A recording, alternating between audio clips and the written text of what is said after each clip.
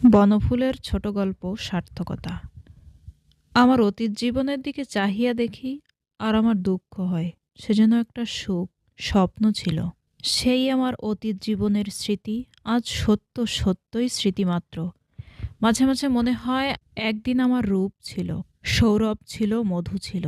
আমার সেই সুষমার দিনে কত মধুলব্ধ ভ্রমরিনা আমার কানে কানে বন্দনা স্মৃতি গান তুলিয়াছে।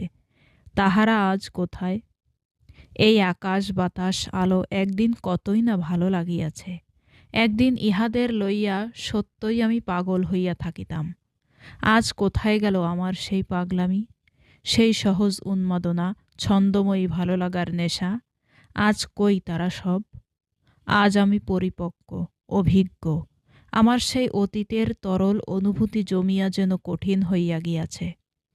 আমার আজ কেবলই মনে হইতেছে আমার অতীত আর ফিরিবে না জানি, কিন্তু ভবিষ্যৎ সে কেমন কি জানি। আমার আনন্দময় অতীতকে হারাইয়া আজ এই যে পরিপক্ব অভিজ্ঞ হইয়া উঠিয়াছি, ইহার পরিণতি কি? ইহার সার্থকতা কোথায়?